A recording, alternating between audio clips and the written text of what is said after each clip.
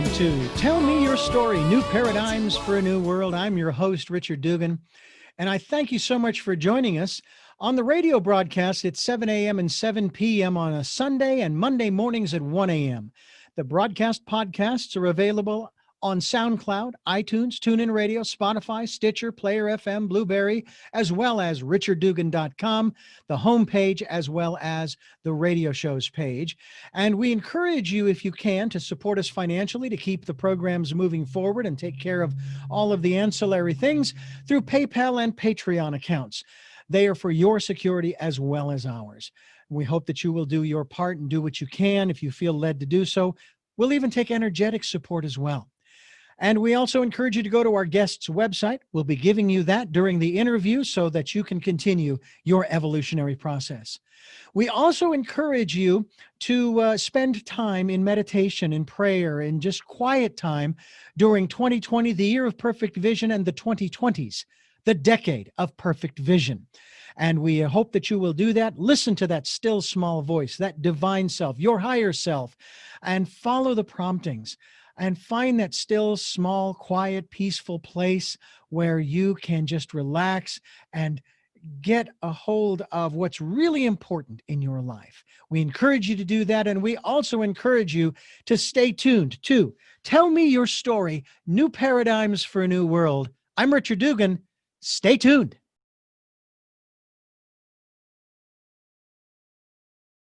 Tell me your stories. I'll do my best to understand you. And welcome to Tell Me Your Story, New Paradigms for a New World. I'm Richard Dugan, your host, and I thank you so much for joining us here on the program. We have a really exciting program for you as always. I'm always excited because, well, I can't help it. I like doing these programs. I like talking with these different folks who have all these different ideas and concepts and creativity and are trying to, elicit your imagination, among other things. So I'll tell you what, normally I mention all of the stuff that I do at the front end of the program about when we are, where we are, how you can help, how you can get in touch with our guests and all those things. You know what? I'm going to save that for a little bit later, okay? Because right now we're going to dive into it's a novel in a series of novels that is going to take us down a road I think you're going to enjoy with our guest, L Huie. Michael Huie is our guest. He's the author of the latest release, Nightshade. It is a Lily Nash mystery. Now, those of you who are into mysteries and all of that kind of stuff are going to enjoy this. That's not to say that I'm not. Don't get me wrong. I have enjoyed a good mystery. My life. There you go. That's a mystery right there. I know how it began. I have a fair idea of the middle because I'm still in it. I have no idea how it's going to end. I don't know if the butler did it. I don't know if I escaped from prison, wherever prison is. I don't know whether I ended up on another planet or in another dimension, or what the ending of this story is. And that's what's so exciting. We're going to talk with our guest today. And Michael, thank you so much for joining us. I realize that's an unusual way to maybe start an interview, but I would have to say that those people who have the level of creativity as you do to come up with these stories and these characters, that's the other part that I love about authors. And we have a lot of them on here who some write novels and some write, autobiographies, and some write how-to and helpful books and so forth. Thanks, first of all, for joining us and for sharing your creativity with us today. Thank you for having me. I'm curious as to when you knew that you had the creative spark, if you will, to start writing specifically this not just this series, but mystery novels or mysteries or stories of intrigue that keep people kind of glued to the page.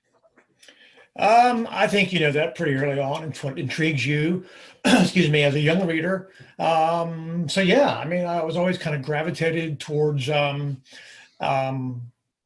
crime, thriller, sort of fiction, that sort of same thing on television and in films. And I would say that these books, while they're listed as mysteries, they're not in any way whodunits. in publishing mystery and thriller mean two very different things. I think it would be more accurate to call these books spy novels, actually. So. Okay. There's a spy novel that I read as a young man, probably in my early or mid-teens. I haven't been able to find the book. Apparently, I must have the wrong title, but I just remember that it was partly because of the reader. Now, I was listening to Audible books long before they were called Audibles. I grew up legally blind and was listening to talking books for the blind and recordings for the blind. And the mystery that I was listening to, the title I'm remembering was called Operation Destruct. And I've even searched online. I've done a Google search. Don't get me wrong. It's not like I haven't tried to find it, but apparently not by that title. But I think it was a combination thereof. We'll dive into some of these aspects of your book here, especially Nightshade. But is your book in Audible yet? The first book is an audiobook, Spitfire. Spitfire. Yeah. And Nightshade, of course, is sort of the sequel, if you will, or the continuation. Yes. Yeah. Correct. Your thoughts in regards to the importance, yes, of the written word and the written page and reading the book, reading the story from that page. But what are your thoughts about this? And again, I don't want to say it's a new endeavor because it's not, but this burgeoning and exploding area of recorded books for people to listen to when they're sometimes doing other things, sometimes when they're not. They grab their favorite beverage, they kick back in the chair, they flip the switch, click the button, swipe the whatever, and they start listening to that story. I think however you get the story is however best suits you is what you should do. I mean, the audiobooks have been around for 30 plus years. I'm glad they're still with us. I'm glad we have, ebooks. I'm a fan of all of them. Mm-hmm. And I'm an actor. I have a theater background. I'm a theater professor. And so naturally I enjoy hearing someone kind of dramatize it. One of the fun things about Spitfire was they sent me 3 actors who had read the first part of the novel, and I got to give my input as to who I felt was the best person for it. I have a terrific woman who does Spitfire. So yeah, absolutely. I think it's a wonderful way to connect with the story. Well, and of course, Shakespeare probably said it best that all the world's a stage, and we're nothing more than, and again, I paraphrase here, we're nothing more than actors or players, as am I. I'm just a player on the stage. And this is my, so to speak, brand. And that's how I tell people to find this program, especially on YouTube now.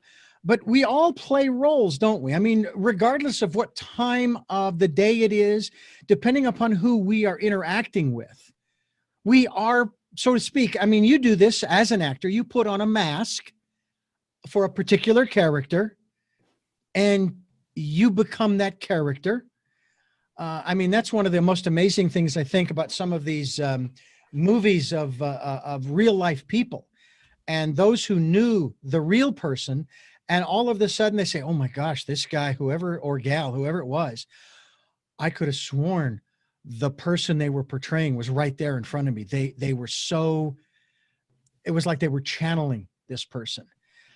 Have you ever had that kind of an experience on or off the stage or behind or in front of the camera, what have you, where it was like, it just clicked for you and you were in that zone, as they say in sports? I hope so. I mean, yeah, I've certainly felt that. But I think, it's also interesting that sometimes when you feel like, it's not your best work, that the audience goes, wow, that was incredible. That's the interesting thing about art. And specifically theater and acting and any kind of media, is it's very subjective, and quite frankly, to the actor, it doesn't matter how I feel about how I'm doing. It's what the audience experiences. True, but at the same time, you have to derive some level of self-worth and satisfaction in the work that you do, which isn't really work because you love doing it, obviously. Just like this isn't work for me. Sitting here chatting with you, this is not work, but I love doing it. because I'm a curious individual and I want to find out more about who you are. Where do you get your satisfaction, whether it's being an actor, whether it's being an author, a speaker, what have you? How do you gauge for yourself, maintain your level of self-esteem in those different roles, shall we say? For me, it's about the act of creating. Because I always feel, as an actor and a writer and a teacher for that matter, you always feel like you could do a little bit better. You always feel like you don't quite, I mean, it's a rare occasion when you go, okay, that was perfect. Sign off, no problem. That's absolutely perfect. You want to do the best you can do. And in doing that, it's the creating. And for writing, it's not just the creating, but it's the recreating, the editing, and all of that, which is very satisfying. It's hard work, but it's satisfying. Oh, yeah. I am involved. I'm not sure about you, but I am involved in producing on Zoom, as you and I are speaking on Zoom here, theater. Now, I'm the technical director, if you will. I handle the sound and music, as I will produce the intro and outro with the credits and so forth. I know there are other proper names, but I don't really work in video much. And I just started actually in July of 2020 in editing video. I've been in this business over 40 years. And all of a sudden it's like, oh, we've got this pandemic. We've got this shutdown. We got to do something. And I was approached by a director who is local here in Santa Barbara. And he says, I want to do some theater. But, the only way we can do it, of course, in terms of staying safe and everything is on Zoom. And we've produced a number of plays. Some of them we recorded, and then I produced adding the music or sound effects and so on and so forth. And others we've done live. How about you? How have you been able to express yourself, aside from writing, such as the book we're going to talk about here in just a moment, A Nightshade? How have you been able to keep going or even expand your creativity as an actor in this particular time? I like to call it the COVID era, and all eras begin, they have a middle and an end, like all stories. I haven't as an actor. Absolutely not. I mean, professional theaters are closed. Right. And so I have several friends who are professional actors. And I mean, I think there is some work out there that's happening, safely, where, crews and everything can socially distance and stuff. But theater is a super spreader event. So you can't really do that. And yeah, as you said, there are tons of playwrights and people who are producing things for Zoom. And I've read some very clever Zoom plays, but I kind of think, we're sort of, we're still kind of waiting for, as you said, this to be over. Plus my focus now is on writing. So I'm not acting as much anyway. Mm-hmm. Now you are a writer of these mystery novels. In this case, we're talking today. The main focus, of course, of the writing aspect today is Nightshade. It's a Livy Nash mystery. Tell me about this character. Obviously, she is a main character for. This is the second in the series, or do we have others that come prior to this and Spitfire? That's the second. It is the second. So who is this? And I'm going to assume, because I haven't had a chance to go through this, who is this woman?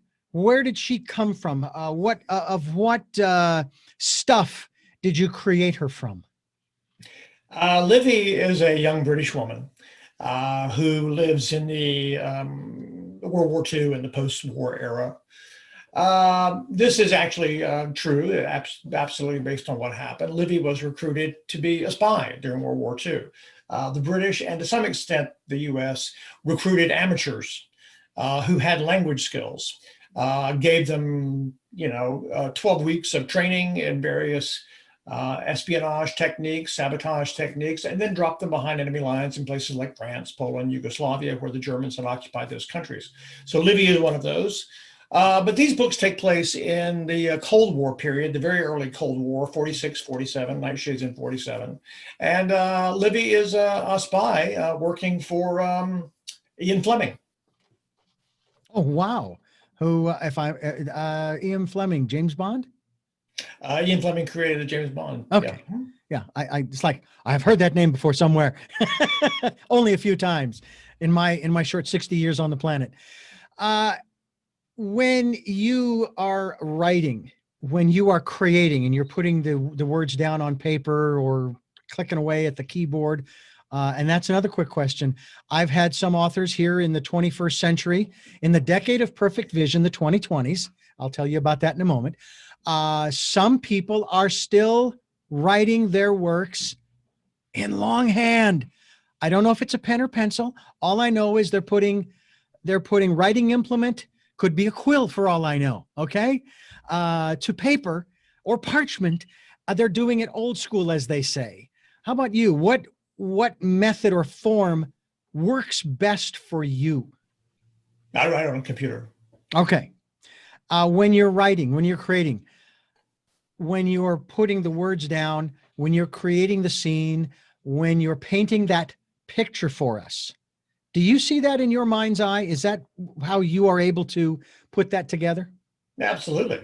Absolutely. I don't know how else you could possibly do it. You're trying to paint a picture with words for the reader.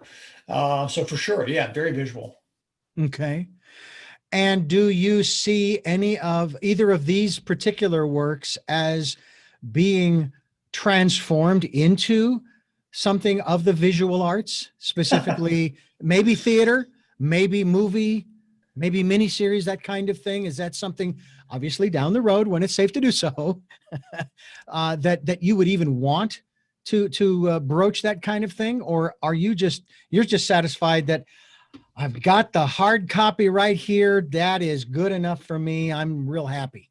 Well, I can't imagine any author that would not like to have their book turned into a movie or a television series for the money alone. I mean, we're talking, right, and the exposure for your work, Sure. which is what you want. Mhm. You want that. However, it's extraordinarily difficult. I just was talking to my agent before Christmas, and she has sent my books to a UK TV scout, and to talk about, but I mean, this is kind of like in many ways spitting into the wind, because far, far, far more successful series than my own have been in what they call development hell for a long time. So it takes a lot for something, everything has to fall into place for that to happen. But what I want it to happen, oh my God, yes. Theater, no. I mean, these books are take place in several different locations in the Cold War. Theater is about language, about words, about dialogue, and in a novel, you are able to like a film, go wherever you want to go, have whatever you want to happen. And you're a Yeah. little bit limited in theater. By the same token, there would have been people who would have argued that I believe it was the movie Miss Saigon. They didn't think either, and yet they managed to bring a helicopter into the theater. If I'm not mistaken, wasn't that one of the props that they actually? Yeah, Miss Saigon is a play, right? The musical. There's a helicopter does land on stage. Right. Who would have thought? There's spectacle. I'm just saying that theater is not the ideal medium by any means. Sure, I understand. I have to say that I absolutely enjoyed listening to books as I was building models as a kid growing up. And the stories that I listened to. I mean, one of the long series books that I listened to was Dune, the series Dune by Frank Herbert, I believe was his name, the author. And I was intrigued by the detail of all of the segments of society. How detailed do you get? How much information do you go into, let's say, in terms of either your character and their psychology and so forth, as opposed to the society at that time? And I'm assuming if this is a character based upon someone in World War II, that is there a particular time period that this particular series, and obviously there's going to be more, I would think, with this particular character, any particular period in which this is taking place, or does it transcend? I'm not sure what you mean by transcend, but these books take place in 1946 and 1947 with some flashbacks to the war. Okay. Now, how much in depth do you go? I mean, have you had to do a lot of? Well, I'm sure you've had to do a lot of research. That raises the next question in terms of research of history. It seems as though as more time goes by, we seem to uncover more truths that we didn't know existed. I just saw a documentary about an island off of England, I believe it was, that was a Nazi stronghold. It was a prisoner camp, and they were fortifying this island and so forth. And just as the war was coming to the end and the Germans were about to lose, they destroyed virtually everything on the island. But now they're finding that there were thousands of people who were dumped into mass graves on that land. But we didn't know anything about that. I moved to Santa Barbara. I was told as a kid growing up during Pearl Harbor, the attack on Pearl Harbor, that the Japanese never reached the mainland US. When I moved to Santa Barbara, I started hearing the stories of how the Japanese made it to the mainland US. But we never were told that. So I'm curious as to the history aspect of these works. Are you using factual information within these stories, or are you kind of creating that as well? No, this is historical fiction. And so, absolutely. I mean, if you don't rely on history, you're giving up something pretty wonderful. I mean, you can't make up some of the stuff that happened. It seems so kind of amazing. And of course, World War II, most people have kind of a basis of knowledge for that. So absolutely. At the same time, this is not nonfiction. It's not a history book. Right. It's the story. The most important things are the stories and the characters, and that they're moving forward and that the reader is still interested. So you do have to pick and choose what historical facts. You don't want to belabor the point. Yeah. For sure. Yeah. Did you ever find, and even though you may not have incorporated into the story, as you were researching some of the historical facts that you were maybe wanting to incorporate, that you found out something that's like, really? I can't believe that happened, or that was a part of, I mean, I still am stunned at the number of non-German, non-Third Reich individuals, countries, companies, corporations, religious organizations that funded the Third Reich. It just astounds me, but by the same token, we're in a day and age, and I think the best phrase I've heard is truth decay.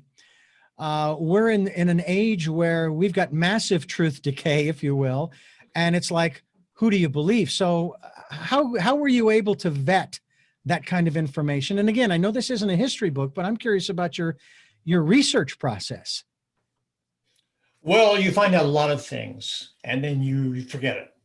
And then when it's there, when you're writing the story, then you can, and some of that is useful, you throw it in. For instance, these spies were doing, these amateur spies, which Libby was one of them, were taught to place bombs inside the bodies of dead rats. And when I've had two agents with this book, and my first agent said, that's not believable.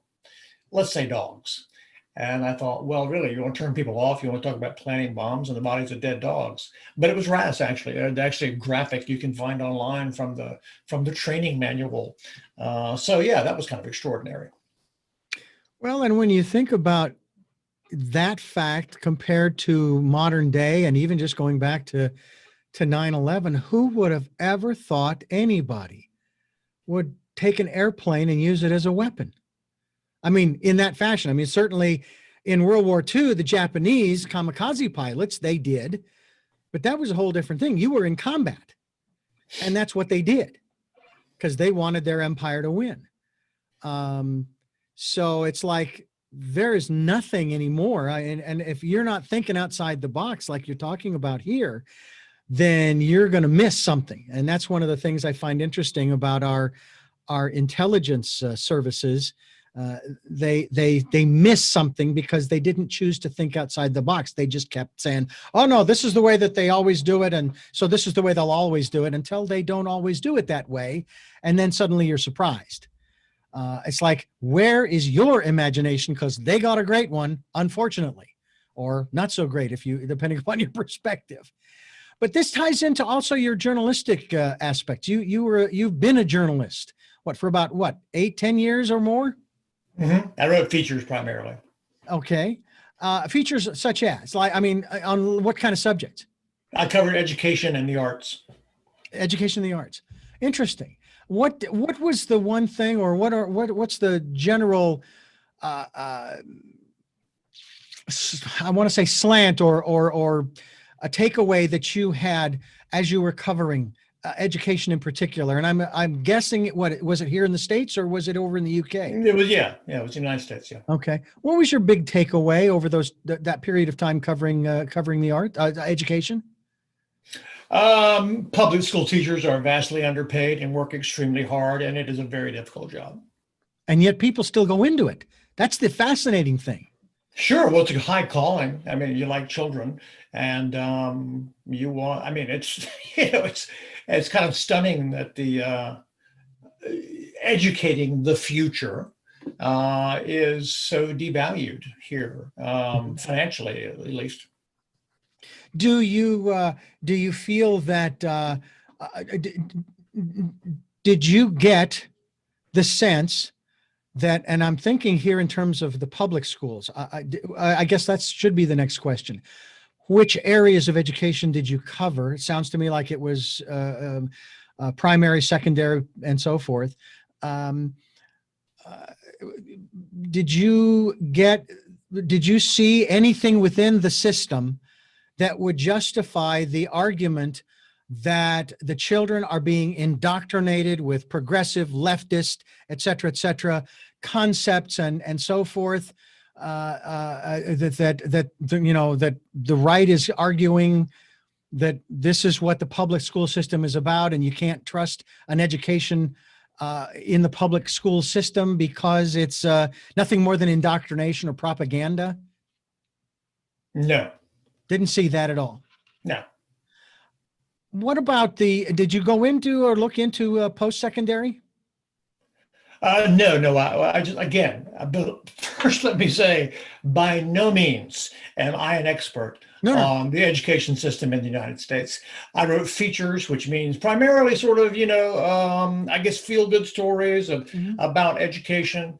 And so I just got to know people who worked in it. So no, I did not go into post-secondary, but I teach at a university and have for about 10 years. So, and from your perspective as a teacher in post-secondary, what is your observation of the value of education of the students you're teaching that they received from primary, secondary education? Do they come fairly well equipped?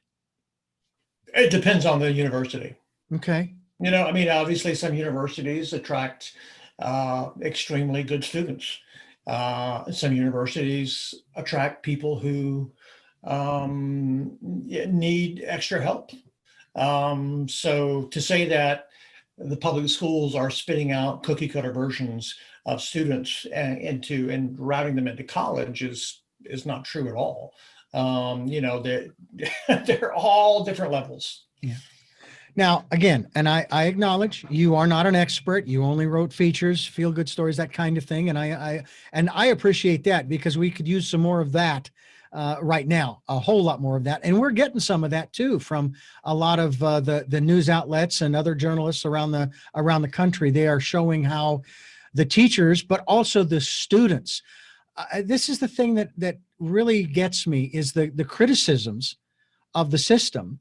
And yet you've got students who they show incredible love and appreciation for their instructors, for their teachers, over the course of whether it's a semester or a full year, 2 semesters, as I did when I was going to school, that you see these stories, these feel-good stories on the news about how they'll fill the gym with the kids who know this one particular member of the faculty, and they bring the person in and they just shower them with praise and love because the person may be retiring, and they just want to say, hey, thanks for everything that you've done for us. You have given us something we'll never get anywhere else. And that, to me, seems to me the kind of those are the kinds of stories that we need to be seeing and hearing about.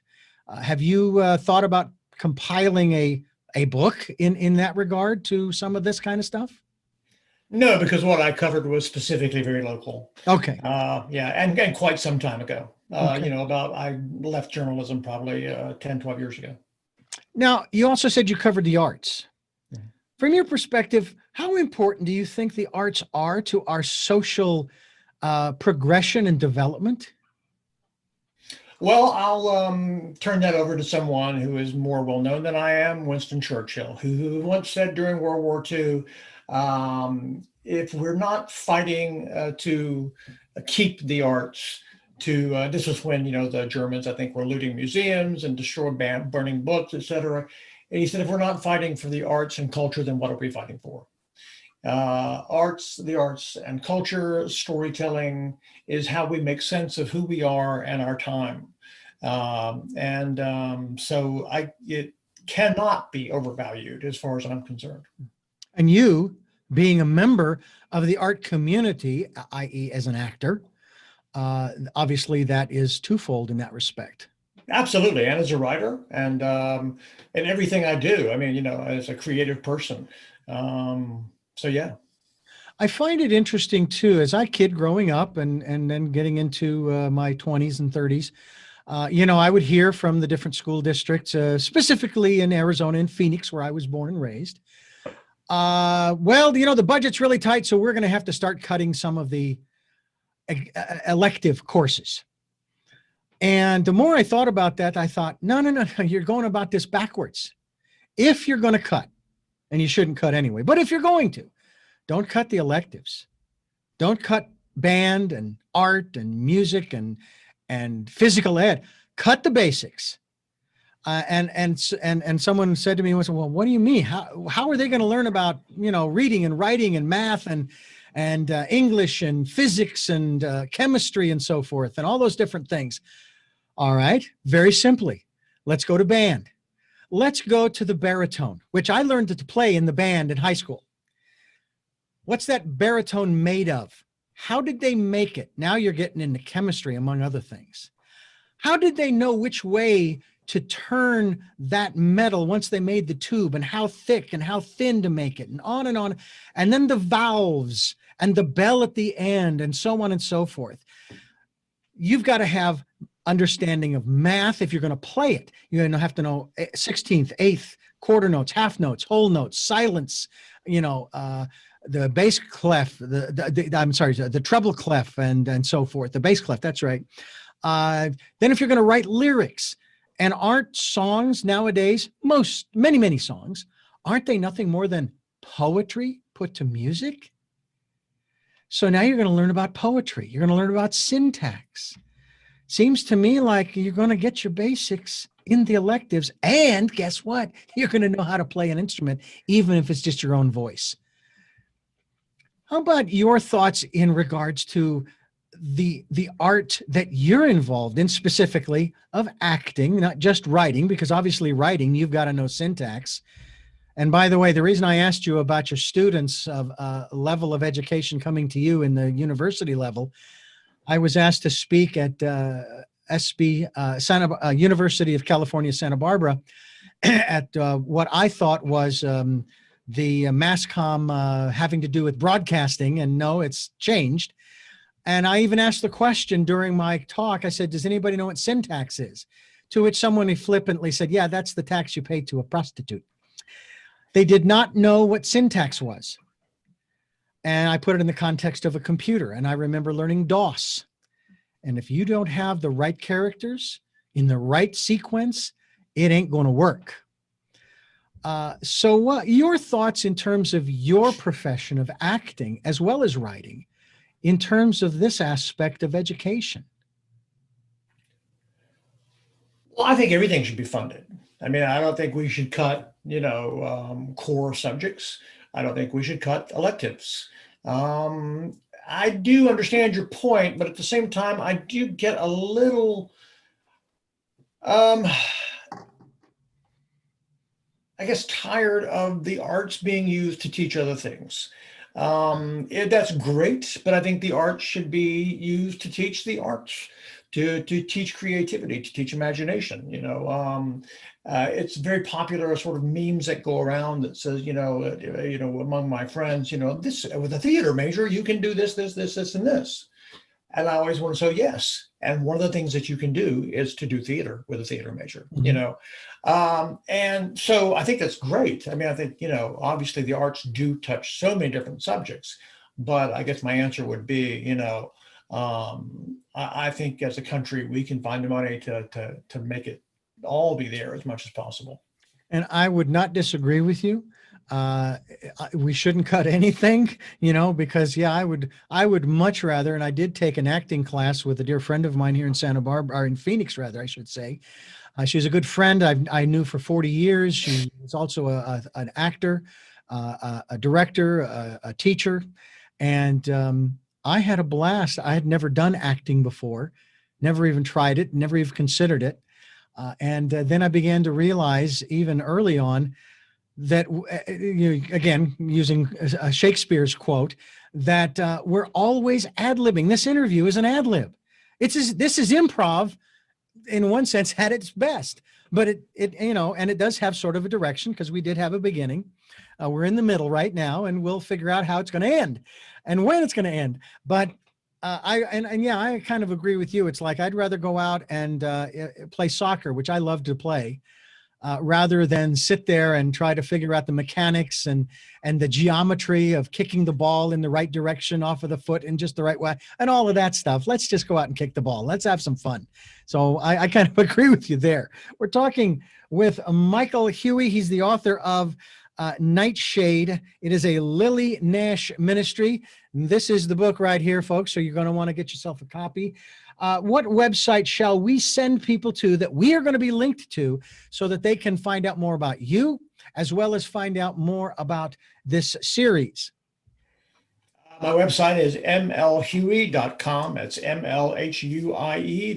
And you can find out about both books there, about Livy Nash. And you can also find links to follow me on social media if you like. Are you working on the next chapter, so to speak? And of course, when I say chapter, I mean the next book in the series. Yeah. I'm waiting to the new year. My publisher and I, through my agent, will be talking about book 3 and what the future of that is going to be. Yeah. What are the parameters that are usually set up? And I don't mean dollars and cents. I'm talking about, this is not a real thick book. This is not huge. I could read something like this. For me, it would probably take me a couple of weeks if I just sat and read it for a couple of hours each day, if that. And by the way, I also have to compliment you on the text. Okay. The font size. I know that's not your decision, but are there a certain number of pages that are quote unquote required, maybe minimum, maximum for something like this if you're doing a series, or could it be a War and Peace tome? That's between you and your editor. Your job is to tell the story, and there's no, I think there's a classification of something that is a novella when it's a small novel. But yeah, that's never come up, at least in my experience. Okay. And obviously they usually put a time limit. They say, okay, let's do this book 3 and let's have the first draft by October. When you're writing, do you even think about the editing process? It seems to me like that would get in the way if you thought, I don't know, I'm going to delete this paragraph here because they're going to take it out anyway. Well, you have no idea what an editor will say. You don't know, but hopefully, as you get more experience, you kind of know what works and what doesn't. And so you'd hope with the first draft, your first draft is a little further along than previous first drafts. So yes. Obviously, with 2 books under your belt, obviously book 3 is going to be something that, again, like you say, she may not knock out as much as they did in the first two books.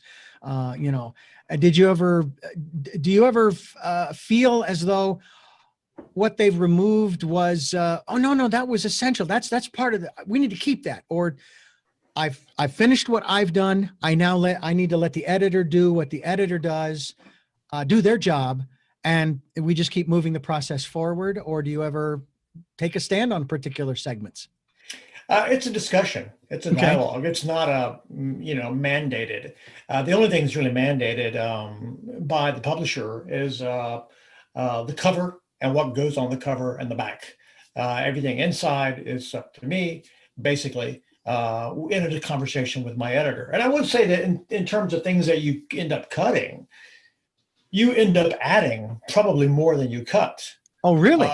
Yeah. I mean, I cut, and when I'm doing my own drafts, subsequent drafts, I'll go back and cut things that I don't think, move the story along. But then, most of the comments, at least I get from my editor, are flesh this out. Let's know more about what she's thinking here. Yeah.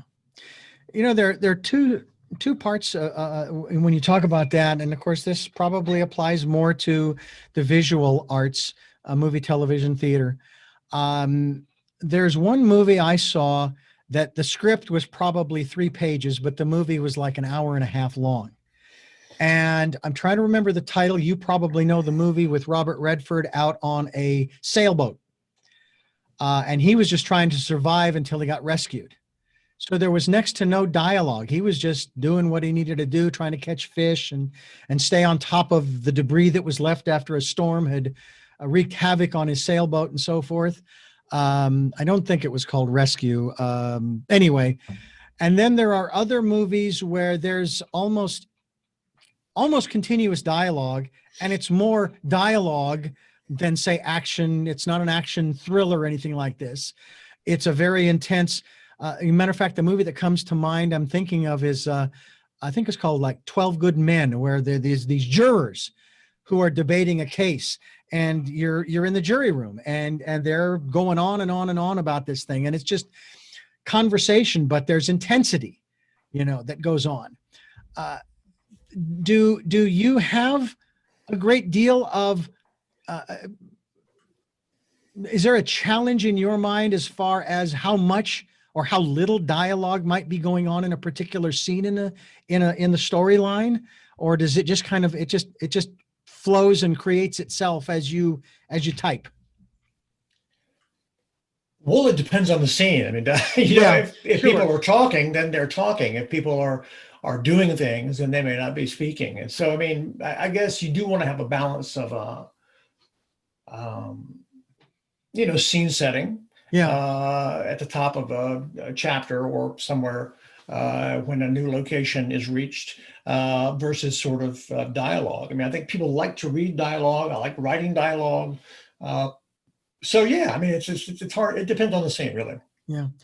L Huie is my guest. Nightshade is the book. It is a Lily Nash mystery. As you said, it's based upon, the character is based upon a real person. And your books are, and I remember hearing this term as you described it, where it's a novel.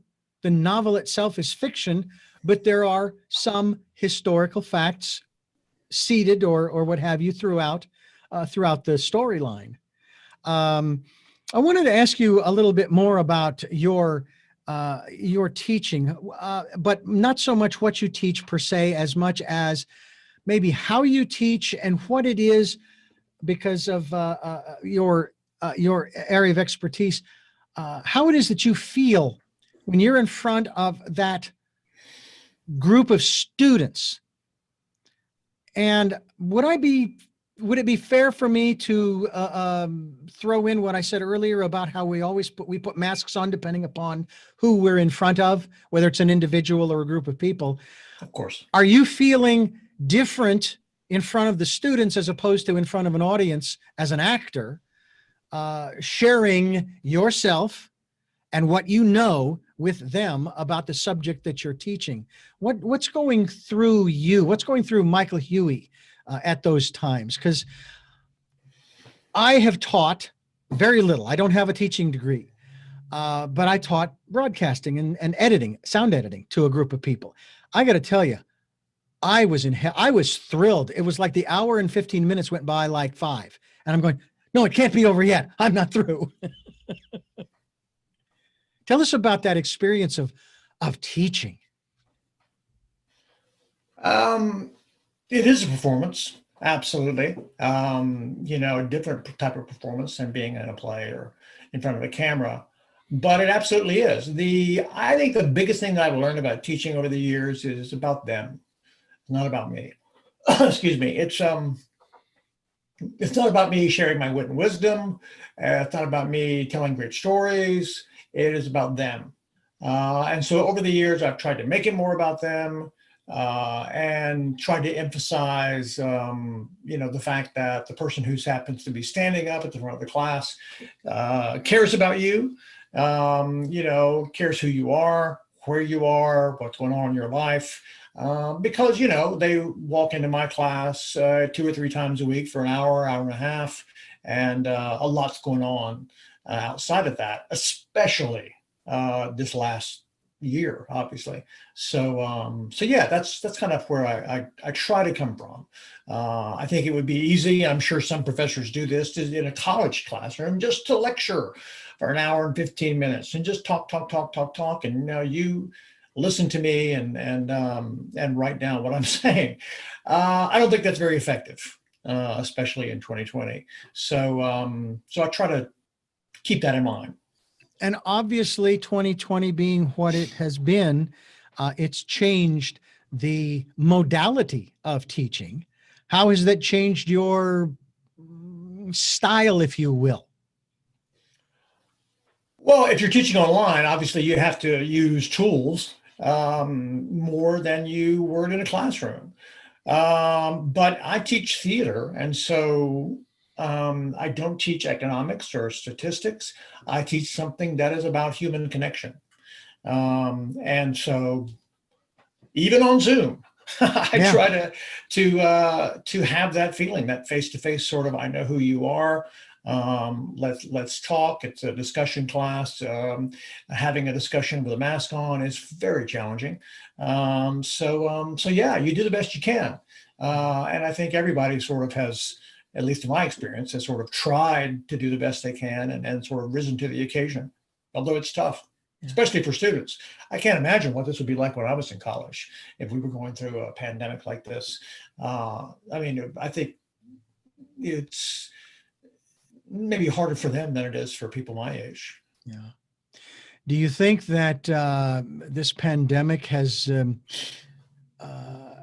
been good for especially the writing arts, in this case with your work, Nightshade and other works that people, if they're locked down, they've got not they don't have a whole lot to do. So, you know what, I'm not liking the story that's around me right now. So I'm going to dive into M. L. Huie's book, in his novel and his story and his world, even if it's just for a little while. Well, the answer is no, I don't think so. I mean, are people reading more? I don't know. But what it has this was my debut year. My Spitfire came out in January, and then Nightshade was in September. And if we were not in a pandemic, I would have been in New York City at the International Thriller Writers Conference meeting readers. I would have gone to BoucherCon, which is a big mystery and crime convention as well, in the fall. And I can't do that. Yeah. I can't see someone face to face. So the only way you can try to connect is through social media. So it has been extremely challenging. Plus, you hear anecdotally that people are not reading. It's hard to concentrate sometimes because we are, because it feels like, we're waiting, looking into the sky, seeing when are the asteroids going to come, there's a lot on everyone's plate right now. Sure, I know people have escaped their books. Instagram has a big book community. And so I've tried to connect there, but it's tough. I mean, I think definitely the pandemic has probably hurt book sales overall. Well, I will tell you that if there were an asteroid coming, the first phone calls I make, the first 3, will be to Bruce Willis, Tommy Lee Jones, and Clint Eastwood. And we'll get the shuttle all set up, and they're going to go up, and they're going to take care of it. Okay? In 2020, that shuttle would explode on the launch pad. Oh, please. I find it interesting too, Michael, that even during this era that we're in right now, as we are approaching the second, some would say the first, but I'm going to say the second year of the decade of the 2020s, that things are looking a little better. Things are starting to move a little bit, even though it might be sluggish.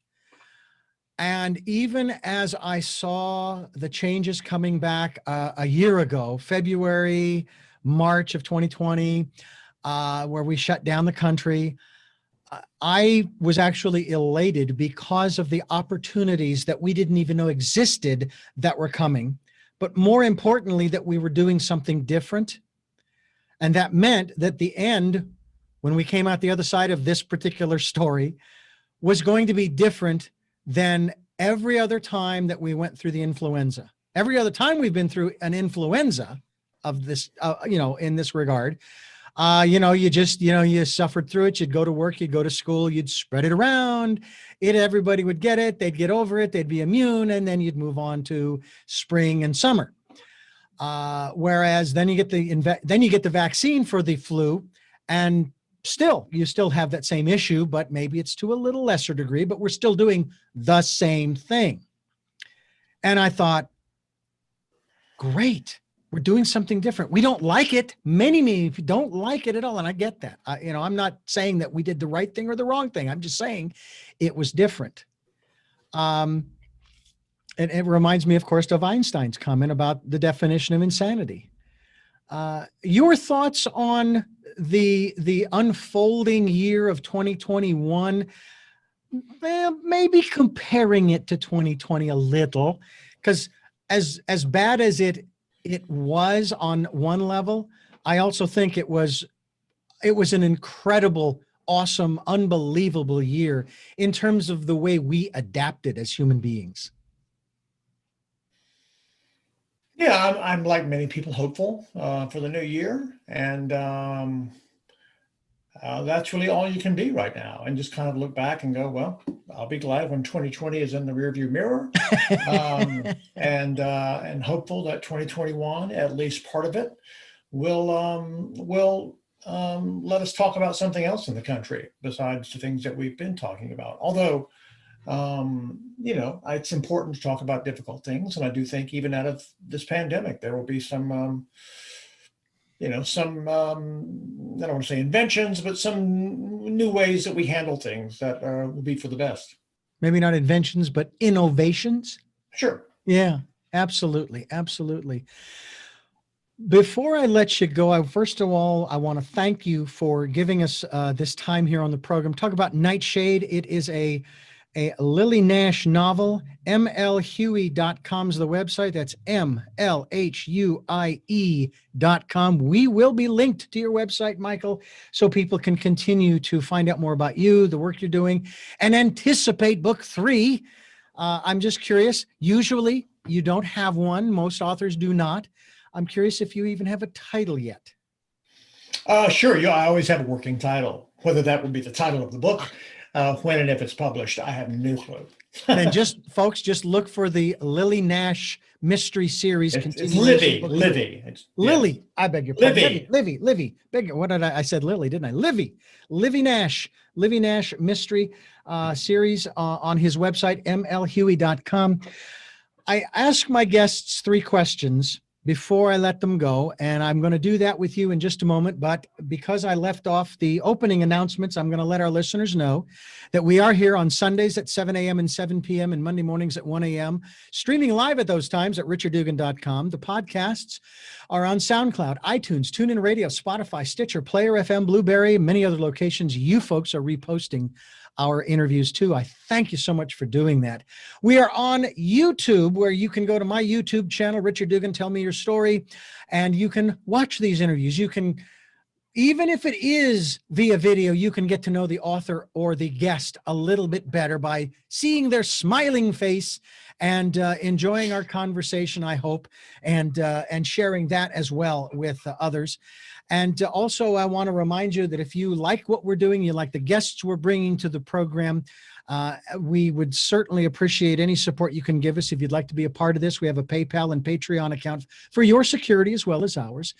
We also ask you to participate in the Decade of Perfect Vision, the 2020s, as we ask you to go within, to spend time going within yourself, going and listening to that still small voice, finding that calm, peaceful place as we work our way towards the end. And I don't know when that will be of this era, but it will come to an end. We'll enter a new era, which will be, I think, a wonderful one, because that's usually what happens. You go from sort of the darkness to the light, and that's the way summer and winter are. You got a lot of light in the summertime and a lot of darkness in the wintertime, but we always go back to the light, and it is cyclical. So take that time if you can. So as we wrap this program up, my guest, of course, the author of Nightshade, a Livy Nash mystery. My first of three questions is, who is Michael Huie?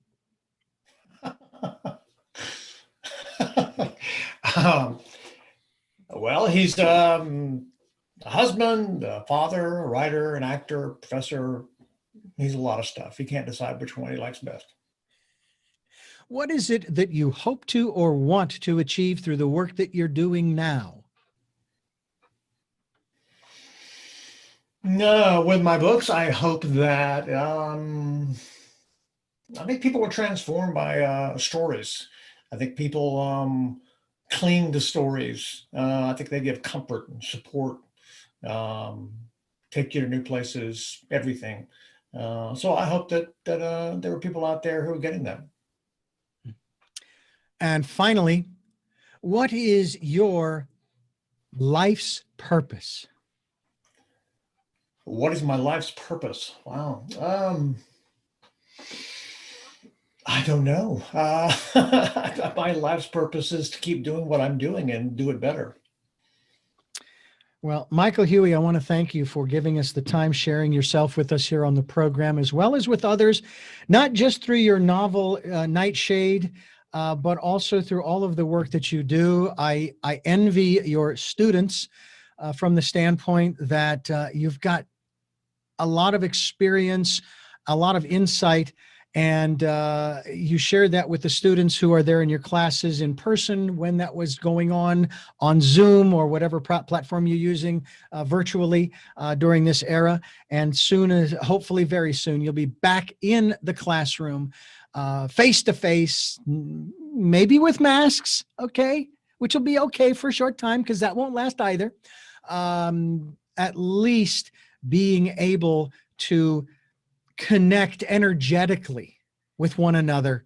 And I think that's probably the biggest aspect of the arts, especially with what you're involved in, as you spoke of earlier, that is so, it is definitely so critical. You remember Hands Across America?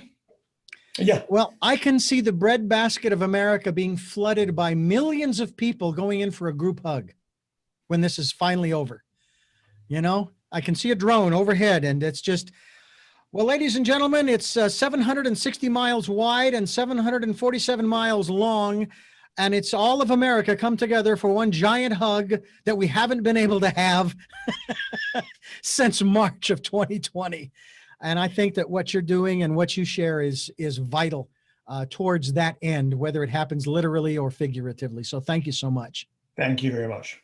And I thank you for listening to Tell Me Your Story, New Paradigms for a New World, giving you choices and knowledge of those choices, helping to make your dreams come true. And until our next broadcast, podcast, videocast, love, Talal.